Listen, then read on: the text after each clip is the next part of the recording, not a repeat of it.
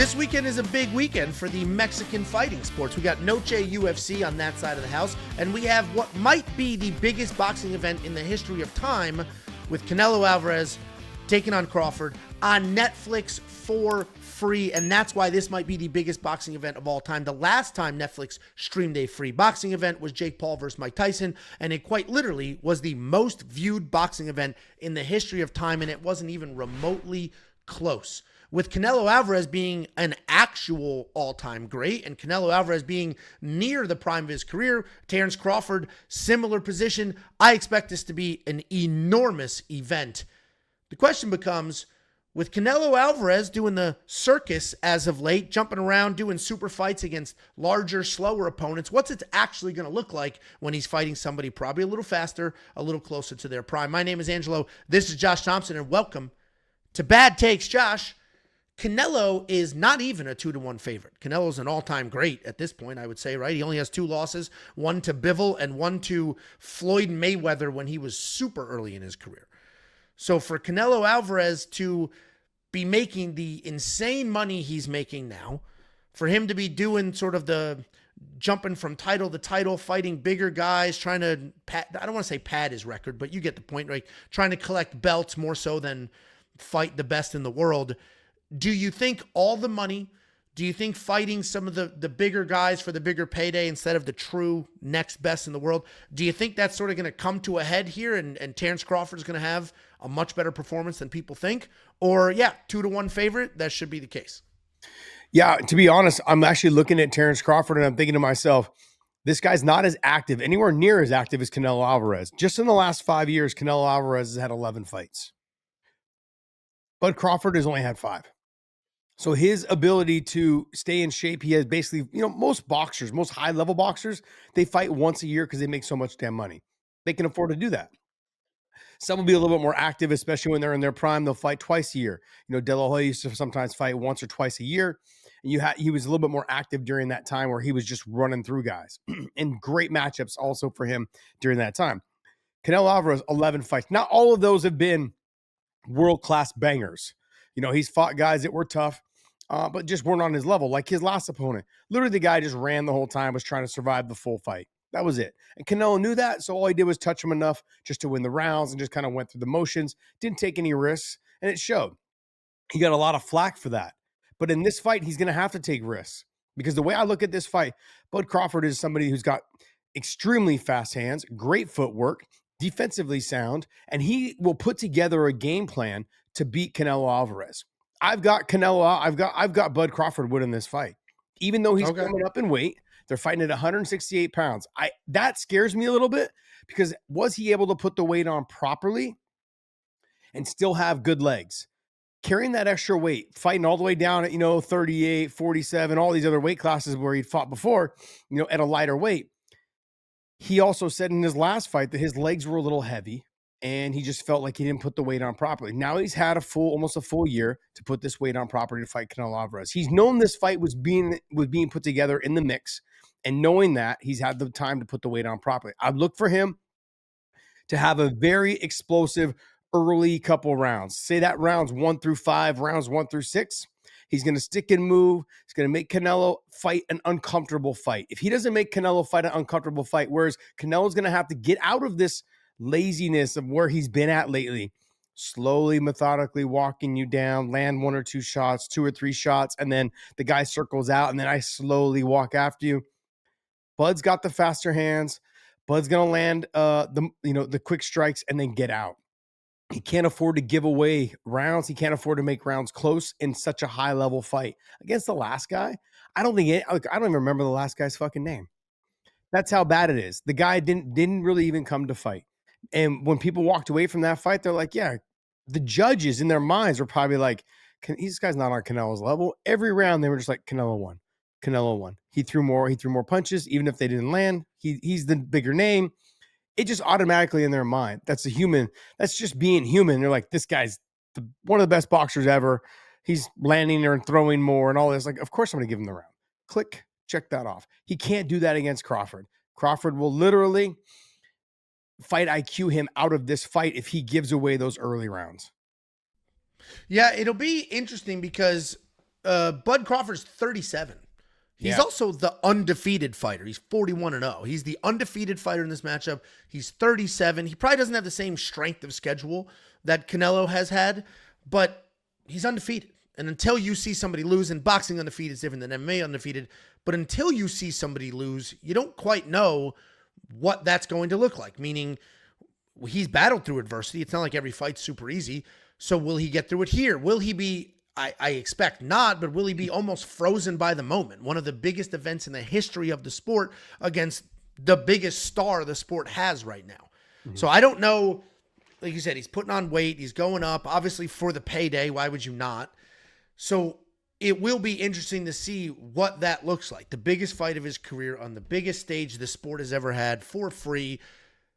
If he gets this done, is he now an all-time great, or is it like, you had a great win over an all-time great, but you're not immediately in that conversation as well? I think many people already put him as an all-time great right now. I think what it is, though, is that he needs a name like Canelo to solidify that. So, he's got the Errol Spence win, but the thing is, people kind of held it against him because Errol Spence was coming off hadn't looked the same since the car accident, and just his body wasn't the same. All these things were criteria into it when people were criticizing his win over Errol Spence. He still looked phenomenal. It was a very one-sided fight. He finished Errol Spence. I mean, that's insane. And Errol Spence went out on his shield, fought his ass off. People gave more credit to Errol Spence continuing to try and never giving up on himself than most people give to other fighters, because most fighters at that level, not most fighters at that level, but a lot of fighters have a tendency sometimes when the going gets tough to do what the last opponent did with Canelo Alvarez. Just try to get through the fight and survive. Yeah. Don't get knocked out. Don't go out on my shield. That was not Errol Spence's mentality. It was like, I'm coming to win this fight. I have an opportunity. I have a puncher's chance. And he always believed. It didn't work out for him, but fans loved that and admired that about him. Crawford's already, I think, one of the greatest of all time. He's up there in that mix. I mean, I'm not going to put him at the top. I'm going to put him in the mix a little bit. Like, he's in that topic of conversation of like, he's one of the best to ever do it. The things that to take away from this is a lot of people are saying Canelo Alvarez is too big for Bud Crawford. Look, he put the weight on, it seems like, but if you've seen anything as of lately in the face-offs, when they actually announced the fight after Canelo won his last fight, it's going to happen. It's going to happen in September. They stood face-to-face. Now, Crawford's got shoes on, so he looks maybe an inch or two taller, and Canelo's got shoes on, but they're boxing shoes, so it's like a real thin layer. You're basically standing on flat feet. Crawford was slightly taller than him. And Angelo, you can pull up a picture. There's an actual picture of Crawford looking shredded, ripped just the other day. So in those scenarios, I look, Crawford and him are about the same in height. Crawford, it looks phenomenal. He is a couple years older. I think he's 37. 37 to 35. Yeah. 35. So they're both slightly, I kind of say, outside of their prime. Obviously Crawford a little bit more, but Crawford also doesn't have as many miles on him. Canelo's been a very busy fighter, which is a good thing and also can be considered a bad thing. Canelo's got 60-something fighs in his career. Bud does not have that. But still, regardless, Bud is phenomenal. He avoids getting hit. He doesn't take damage. A couple things, though. A guy who does not take damage and he starts to slow down, I always get into the Roy Jones conversation. Roy was one of those guys that never got hit because he was so fast and so elusive that when he finally started getting hit, his chin wasn't used to it. That was it. Yeah, that was it. He was over. Yeah. Like anytime he got touched after he got knocked out the first time, he was knocked out all the time. Every time he got hit. Can Crawford's chin hold up to Canelo's shots? Because Canelo, obviously, to me, has the bigger power. You talk to Bivol's done interviews talking about how he purposely was hitting me on the tricep and on the side of the arm and showed pictures. Just all bruised up. It was all bruised up and it was a little bit swollen. Like I couldn't move my arm for like a week and a half. So those type of things where if Crawford's not careful, he'll start banging on the arms. He's not trying to knock you out. He's just trying to bang on your arms. So your arms get heavier and then the movement and the output is not there. Then that's when he starts to take over late in the fight. The way I see this fight panning out is that Crawford needs to win rounds 1 through 6, rounds 1 through 7. Once he wins those rounds, I don't want to say he needs to survive, but he needs to make sure that Canelo Alvarez doesn't drop him to start winning those rounds back. Because once you've won those first 6, 7 rounds, now it's just you just touching, making sure that you continue to fight very similar to the way you were in the first 6 rounds, but with a little less output so you don't make yourself tired, where Canelo's going to start to come on. Canelo's been in this game, being the more active fighter. he's going to have that push late. Mexicans, man, they're going to have that push late in this fight. So he's going to look to push in rounds 9, 8, 9, 10, 11, 12. And so that's where you look for him to start trying to get the knockout. But can he find Crawford's chin late in the fight? Will Crawford be able to stay on his bike and not get hit with anything clean? Can he handle the body shots? That's the other thing. The power of Canelo and the body shots, power of Canelo and the arm shots. And then if he does get his chin touched, will he go out? Because no, he's never fought someone with this type of power in Canelo Alvarez.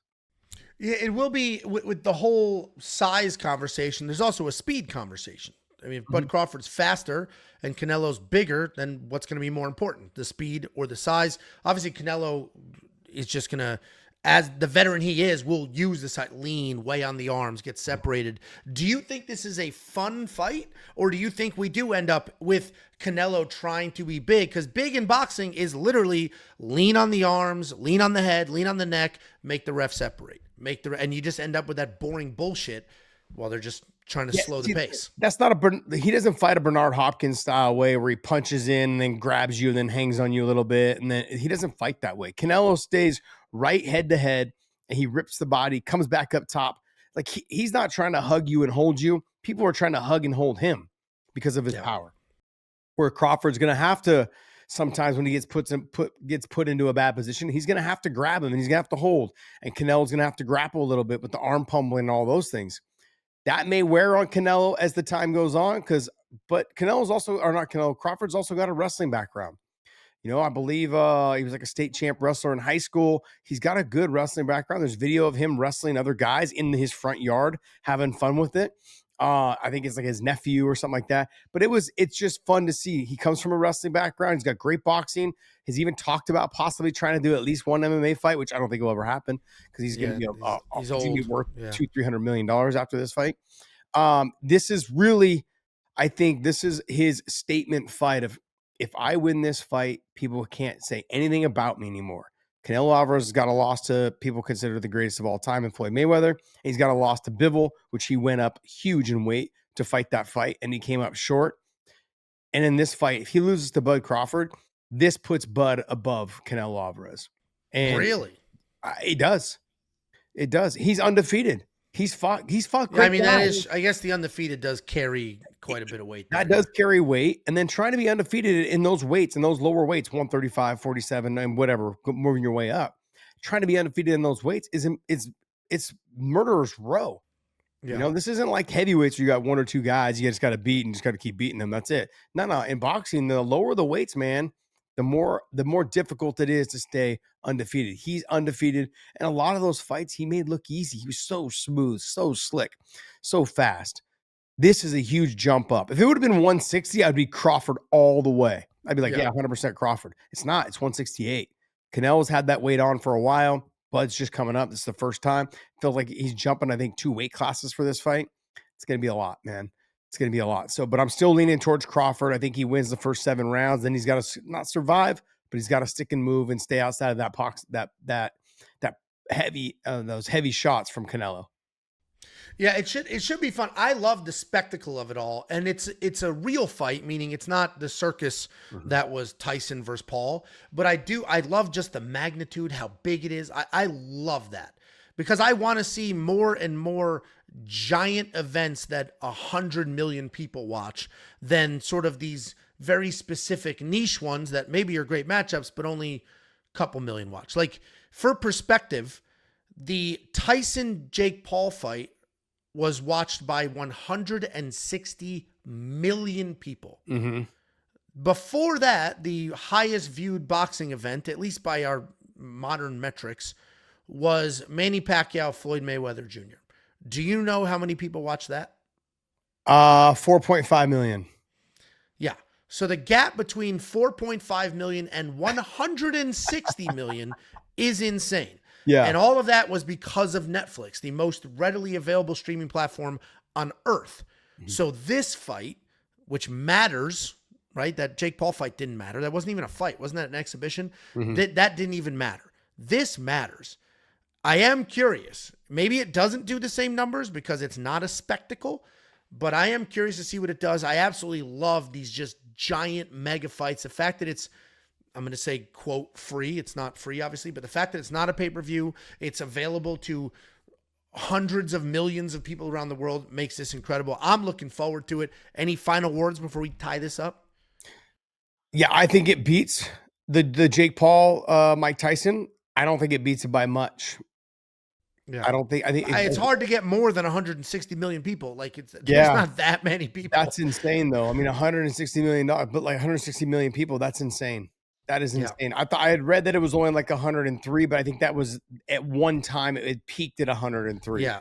And then obviously whatever the residual was on that, like the leftover on it. This is going to be one of the greatest fights of all time. I think in our time is what I should say. There's only been a handful of the ones that I've been able to see. Like I watched De La Hoya Trinidad. I watched Mosley, Mosley and Mayweather. I've watched Zab Judah Mayweather.